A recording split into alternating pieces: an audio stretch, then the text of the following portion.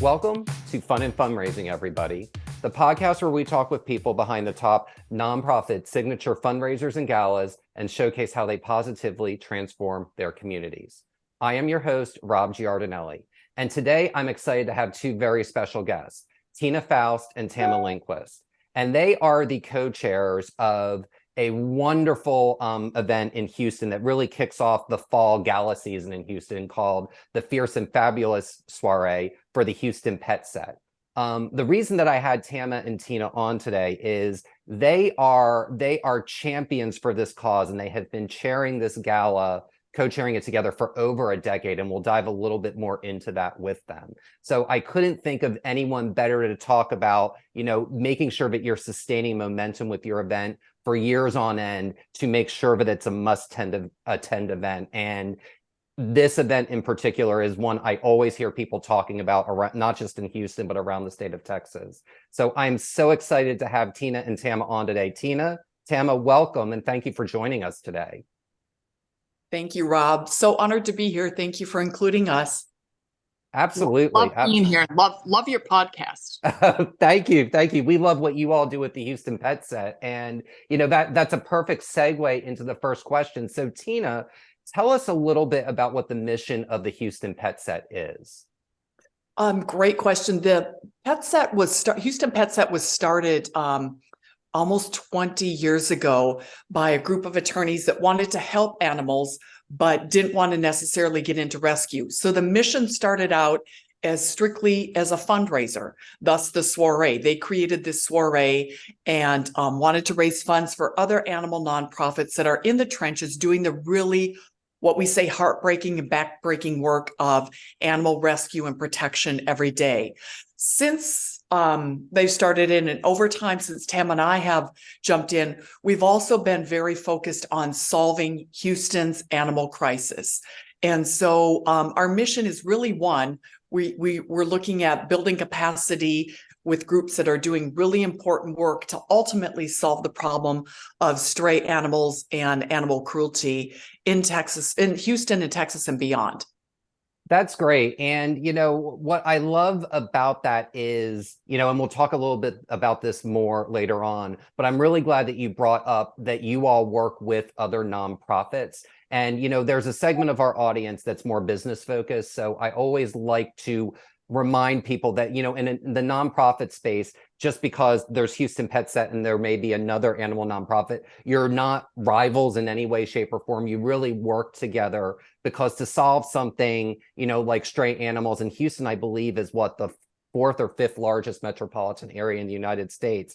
It is something that no one organization is going to be able to do on its own. And it really does require a team effort. It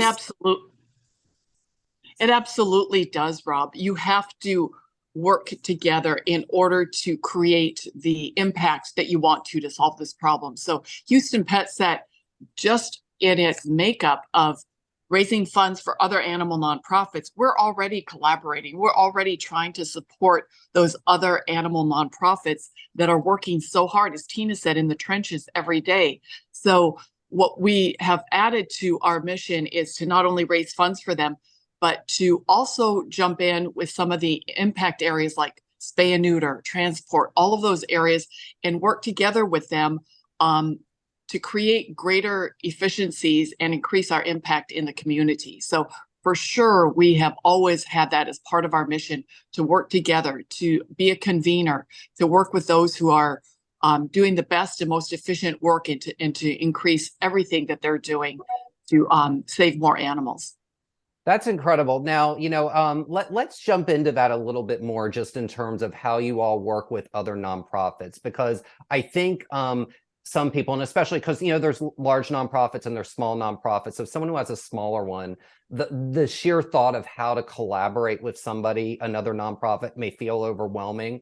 What's something that you all do that's relatively, I don't want to say simple, but is something that's kind of something that would be easy for the average person to grasp in terms of how you partner with another animal nonprofit in Houston?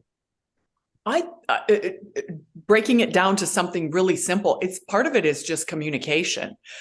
We do what we call a gifting event every fall. So after the soiree, when we raise funds for the other animal charities, we then have an event where we announce their names. Everybody that's applied for a grant and is receiving a grant by the end of the year, we bring them together and put them in one room and we announce their names. And it's not something that happens a lot where you get 70 plus animal welfare groups all under the same roof and you have them cheer for each other, because we read out every name, even though it takes 10 or 15 minutes. We want them to cheer for each other. It naturally builds a camaraderie. And we don't think that this is a zero-sum game. We think there are enough resources out there for everybody. So to answer your question, I think communication is the number one thing that you can do. If you don't talk with other nonprofits, you don't know what's going on. And I think that once you start talking with them, you realize you have more in common than you don't. And so communication is the key to collaboration. Absolutely. And if I could jump in, I just want to say it's as simple as, wow. And we'll notice, oh, somebody's doing some great work in this part of town. Our mobile unit is next to this part of town. Let's call them and see what they're doing. And we find out, oh, they're doing door hanging. They're doing door knocking and talking to the community about good pet guardianship and the new laws. I'm making this up. This is what this organization is doing. Well, let's ask them if they can invite the community where they're working to come to our mobile unit, and that increases the traffic at our mobile unit. So it's, as Tina said, it's just calling them up and saying, hey, what are you doing? Well, we're doing this. Well, is there any overlap? Does it work well, it might not work right now, so let's stay in touch. But as Tina said, it's just most of the time, it's just basic conversations and staying in touch with those partners out there. Well, Tama, I love how you explain that, because really what it almost feels like is that it's almost like a network, and it's almost like a form of networking. And especially when you're in a city of 7 million people. I mean, Houston's a really large metropolitan city. It is going to require a network. And, to piggyback on what Tina said, communication is the way and the bridge to get into any network. And then Tama talking about how, you've just got a good networker always knows how to connect the dots, and not being able to be, not being shy and going over to somebody, even when they're there, and saying, hey, I do this, and I think we could complement each other to really help solve this issue that we all have in common, that we're all on the same team to try to help mitigate and or end. Mm-hmm. Absolutely. Yeah. It's just picking up the phone, or sometimes an email or text. Hey, how's it going over there? You're doing great work. If there's ever a chance to work together, let us know. And I think that little simple piece has opened more doors for Houston PetSet than anything. Absolutely. Now, Tina, and this is a question for both of you, but I'll start with Tina on this one. And you had mentioned, initially the organization started with a group of attorneys. And I'd like to know with each of you, how did each of you get involved with this organization? And, and more importantly, what's kept you involved with it for so many years? Well, I was involved in animal welfare, I think back in 2002. So I had worked with some other groups and organizations, and someone from PetSet had reached out and talked to Tama and me, invited us to a couple of board meetings, asked if we would like to be a part of it. And we said, yes, we would love to. At that time, we were running or started an adoption center in Highland Village, and Houston PetSet supported that effort. And so once we got on the board and understood how important it was to support all these rescue groups, very grassroots organizations that are really doing the lion's share of the work in Houston. Just a quick trivia piece. Our county and our city shelters spend about $19 million a year on animal welfare. The combined budgets of the groups that we fund is somewhere around $67 million a year. So the nonprofits are doing far more than the city and the county. Once we saw that, we said, yeah, this is the group where we need to continue to build capacity, because it has the ability as a collaborator to be a problem solver. And so in 2012, when there was no one to take over the presidency, Tam and I jumped in, and we've been here ever since. Blessed to do it, and blessed to do it. Well, I love that, but I love that you were involved with it. So, I mean, you've really been involved with the organization, both of you, in one way, shape, or form for 20 years. So you gradually started, you were a recipient and a beneficiary initially, went to some board meetings, and you really got an understanding and a feel of the organization, before you came, fully involved. Tama, tell us a little bit about your path and your journey, and kind of how you enjoyed your journey with, the last couple of decades being involved with this organization. As Tina said, we were invited to be on the board, and we loved what they were doing, and supported that. And we continued that mission by co-chairing the Soiree for quite a few years. And in doing so, Tina and I realized that the problem was getting worse and not better. As much as we were putting into this, the private and nonprofit sector was putting into this, things were getting worse on the street. And so we pivoted in around 2012, 2013, and said, we're no longer able to keep up with the number of stray animals on the streets, even with 200 plus registered nonprofit animals working on this, with the tens of millions, hundreds of millions of dollars that had gone into it. The problem was getting worse and not better. And we said, well, you're sort of problem solvers by nature. Let's solve this. You could put a man on the moon. We've done bigger things. Let's just work on this and solve it. And so that's when we sort of added the second component to Houston PetSet. And we realized that we always have to raise those funds, because we always have to support those nonprofits doing that really difficult work. But on top of that, in 2012, 2013, we pivoted and said, let's collect data. Let's find out what the problem is, and that way we can solve it. So that second component to Houston PetSet has been what has grown us to where we are today. But we've always kept the soiree, and we'll always do some sort of soiree, because we know that Houston's very philanthropic, and the social scene is very based on the philanthropy here and the philanthropists. And so our event is very fun, and we'll always do something like that to stay very relevant in a city that's so generous.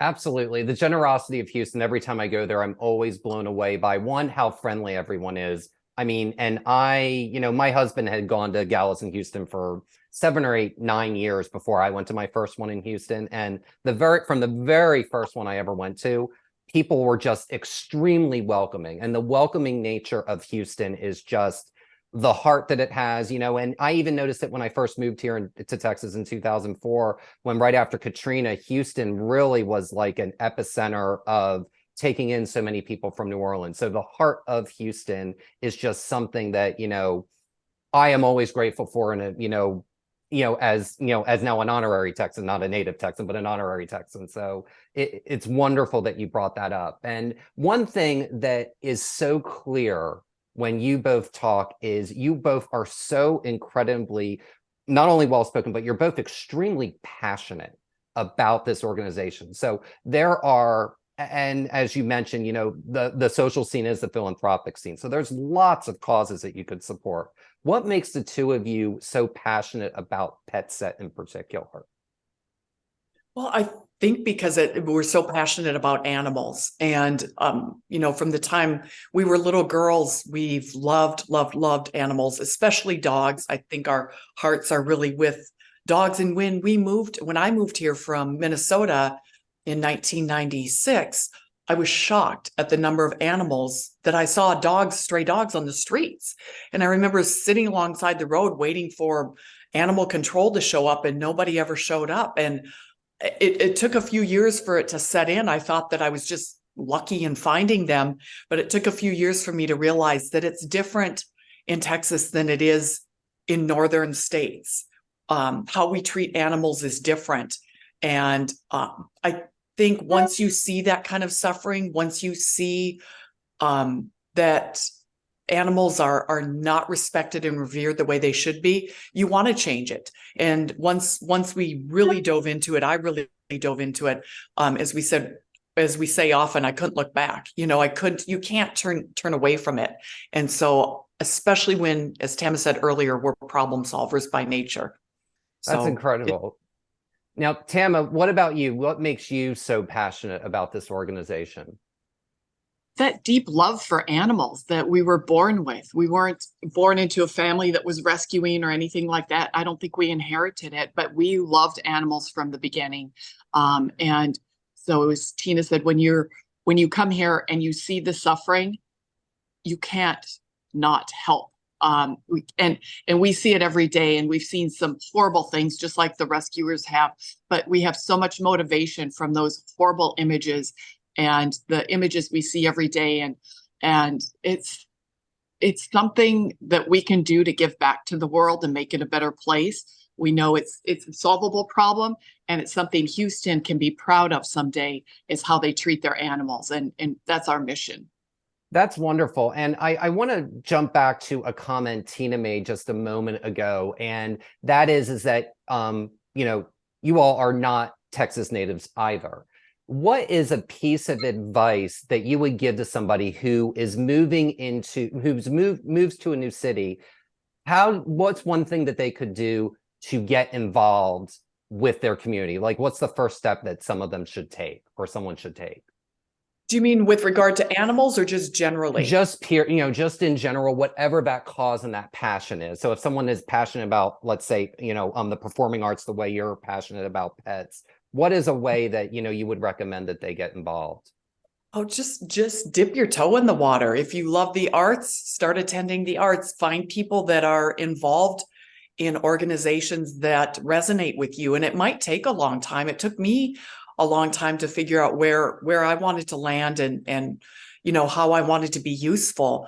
But it really does help to explore a lot of the organizations that are out there. As Tama said earlier, there's so many incredible, great causes in Houston and around Houston that it wouldn't be difficult to find a nonprofit or a movement that people could get involved with.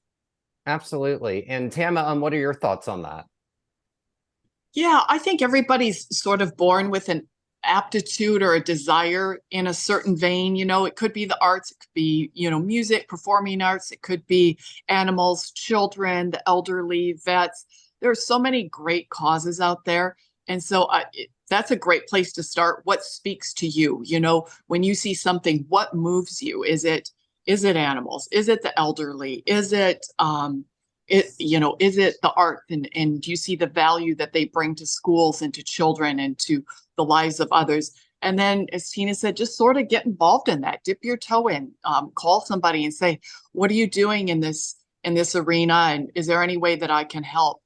I'm sure as the leader of a nonprofit, we love people like that. We're like, yeah, please come on. You're always looking for more help. So expect to be welcomed too. Absolutely. And, I think that's a good segue now to talk about, your passion and your cause and how you get involved. And that is through the Fierce and Fabulous Soiree. So I got to tell you, I have nothing but because basically I've been doing, nonprofit coverage since about the time you started co-chairing this event. So I know and I have seen, and had conversations with Jen and seen in action with you two, just how hard you work and what a labor of love it is for each of you to chair, because to chair something 2 or 3 years in a row, people are like, wow.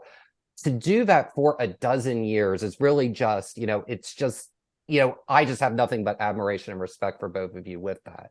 So tell us a little bit about, how do you keep something successful for that long of a period of time, to because the way that you raised money in 2012 is not the way you raise money in 2023.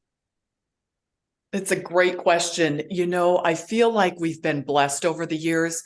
We've had great teams that work with us. We've always had interesting and good co-chairs, and it helps to stay visible in the community. That's part of why we do this, not just to raise funds, but to raise awareness about this cause.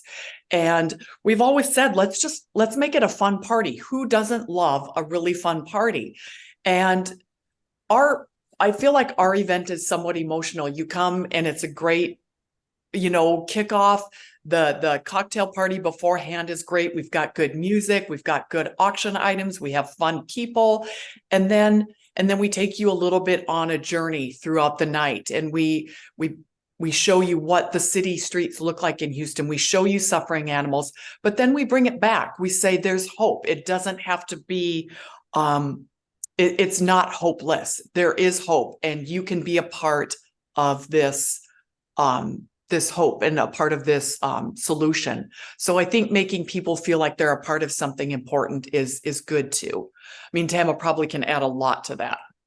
Yeah, Tim, I would love to hear your thoughts.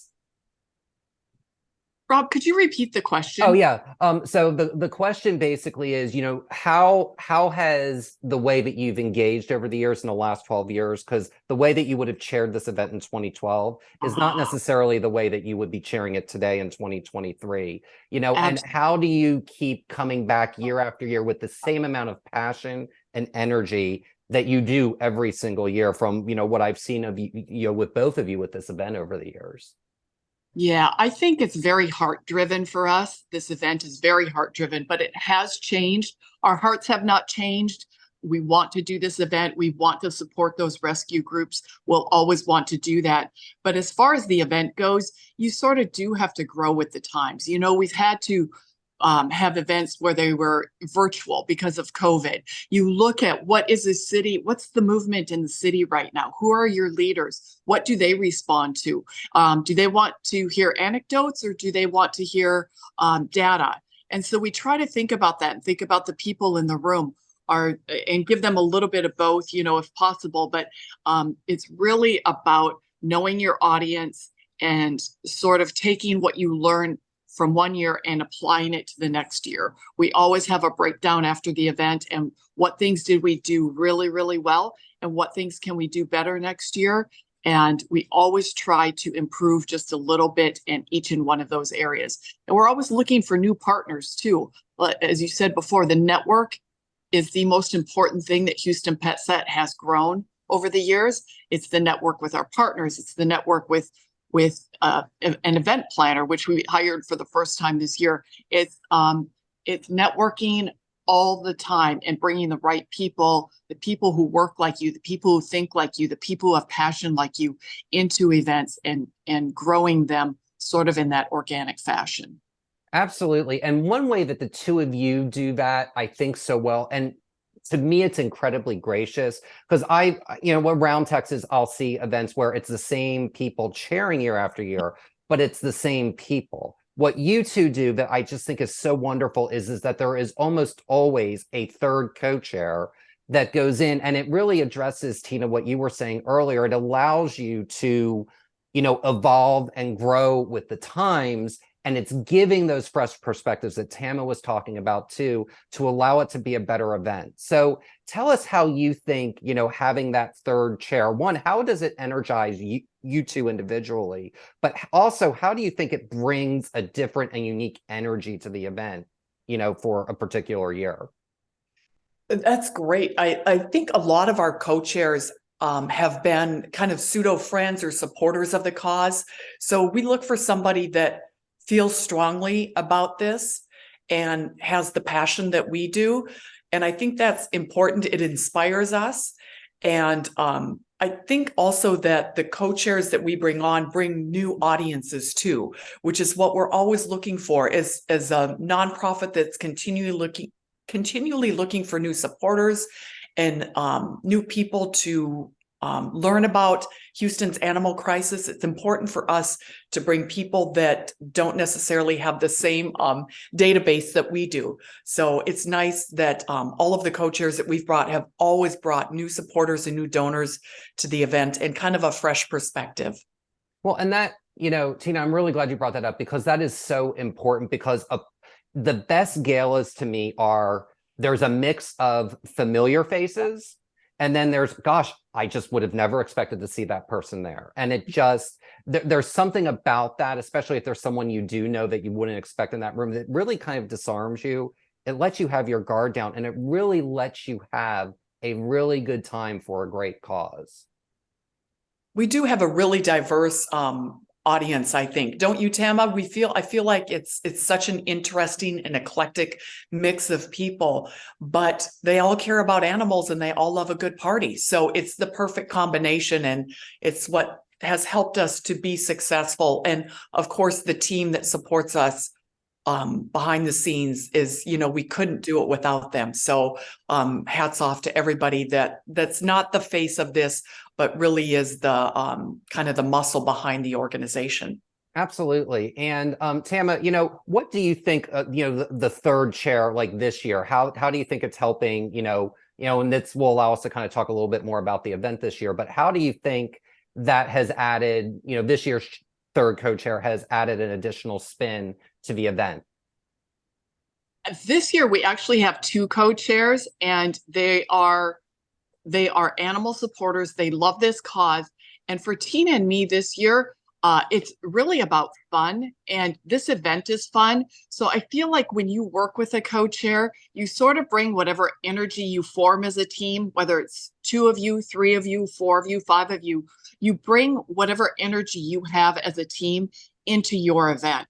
And so lots of times it's about the love of the animals. It's about the cause. It's about philanthropy. This year it feels a little fun. We've got some very fun co-chairs. They're very philanthropic, but a little more quietly, but they love this cause. They love a good party. And I feel like we're bringing a lot of that energy with not only the 4 of us, but our reach into the community, their reach into the community of new supporters, people who don't know about this issue. They're going to bring their friends, and this fun will really feel like a ripple that goes through the event. That's great. And, it is just so important. And you both really touched on that really well. New energy just makes people want to come back the next year. And that's really, you want those people who weren't there to hear about and be like, not necessarily, oh gosh, I'm so bummed I missed this, but gosh, I have to attend next year instead. And I think that's, that's what's so good about your event. And the fact that it's early in September, it kicks off the social season. People are really, they haven't seen each other in a while if they've been out of town on summer vacations. I think that's incredible. And, one thing I do want to talk about within the event that you all do that I think you do really well, and it's really about having people understand what the money they raise goes to, what it goes to. And one thing I like when I was reviewing, the overall site was I love your underwriting packages because they give specific tangible examples of what the money provides. So how does that help you all in terms of recruiting those major donors and those major underwriters? I think personally, I feel like when you give to a cause, you want to know how it is actually helping. You don't want there to be some black hole that your money goes into and you never really know. So that's why we've attached these values to something tangible. So your dollars may fund a transport. They may help in animals get microchipped. They may help with spay and neuter. And those are all of our impact areas that point to the solution for Houston solving this problem. So it just makes sense to us that people know that this is not so that we can have expensive office space. This is so that animals are ultimately being helped. And we've raised more than $4 million and granted almost all of that to animal nonprofits all across the city. So the impact of that, we feel, has been significant in terms of animal welfare. That's great. And that it goes to a variety of different things, I think is really, is really important and really a good thing to kind of showcase and highlight. Tama, my question for you is, tell us a little bit about, and this is kind of a good leading into that, but tell us what people can expect at this year's Fierce and Fabulous Soiree. They can expect a great event, high energy, great music, fun cocktail party, great auction items. We'll have silent auction items, most likely a big board, and then some of the best live auction items in the state. We have a wonderful partner in New York and North Carolina who brings in these great auction items for us. And so you will have all of that. You'll have a lot of fun people. You'll have a lot of love in the room. I feel like our event is very warm, very welcoming. We'll have celebrities for sure. Last year we had Cole Hauser from Yellowstone. He plays Rip, and that was a great addition to an already fun event. And we will not disappoint with our celebrity guest this year. We're waiting to announce for our own reasons, but we're waiting to announce. And so the excitement is building. But you'll also have an event where you know that your money will go to help suffering on the front lines. So anybody in that room that night, whatever you're giving, you're going to know that you're helping make a difference, even if you can't bring the animal into your house. Your fund and your funds will definitely go to alleviate suffering. That's wonderful. And, you know, the thing is, and some people will often ask me, what is the one thing that compels people to give? And there has to be, to me, that kernel is there has to be an emotional tie in some way. And, you know, with animals in particular, very, very few human beings have not been touched in some positive way by an animal at some point somewhere along the way in their lives, whether it's a dog, a cat, a ferret, a rattlesnake. Like, you know, it's, you know, I mean, snakes are emotional support animals. So, I mean, it's, people are touched by animals. And I think that, you know, and Tena, you were talking about this earlier about how, you know, there is a seriousness in the cause, but it's about fun. And to me, pets really bring joy in a way that very few things do in a universal way. You know, pets just make people happy. And, you know, I'm just, you know, I'm so excited for this year's event for both of you. And I want to conclude with a question that I'd love for each of you to add. And that is, you know, if someone is looking to helm and chair something and they know that they want to do it because it's so passionate to them, like it is for the two of you, what's a piece of advice you would give them for someone who's looking to chair a gala, you know, on an ongoing annual basis? Think about what you like at an event. Think about what makes you happy when you've gone to an event, you've attended something, and you walk away with either a positive experience, a mixed experience, or a negative experience. Use that information to kind of guide you. And it's really nuanced. You know, we say it's all in the details, and also get super organized. You have to have a tight run of show. And have a good team. Yeah, a tight run of show is important, because if you don't, it can make an event go sideways really, really fast. So that is an excellent piece of advice, Tena. And Tama, what about you? The first thing that came to mind was checklists. Just checklists. You've got to think about every detail from. We literally walk the room and go from the ground up, you know, what do the tables look like? Chairs, what goes on your table? And you have to think about every detail. And again, it is a lot of organization, but I would suggest starting small and growing things because it's a lot more than you ever could imagine putting an event together could be. Absolutely. And that's a good note to end on. And I'll add to what you just said, Tama, but it also can grow your heart and give you more joy than you could ever even possibly dream of. Without a doubt. Every time we're done with our event, we can't wait for the next one because we know we can do it better. It's that drive that it's a little bit of insanity, Rob. But every year for 2 days we say we're never doing this again, and then we figure out a way to make it better. And I think the glow of the evening stays with us for many days. We feel such love and so grateful for everybody in that room that it really fills our hearts up and gives us the energy to do it again for another year. That's incredible. And I can't think of a better note for that to end on. So Tama, Tena, thank you so much for joining us today. Thank you for having us, Rob. We'll see you at the soiree. Oh, I look forward to it. And Houston PetSet's 2023 Fierce and Fabulous Soiree will be on September 8th, 2023 at the Post Oak Hotel in Houston, Texas. For more information, please visit houstonpetset.org. And that will do it for this episode of Fun and Fundraising. I'm your host, Rob Giardinelli, reminding you to keep it fun, keep it interesting, and your guests will have a great time. Have a great day, everyone, and take care.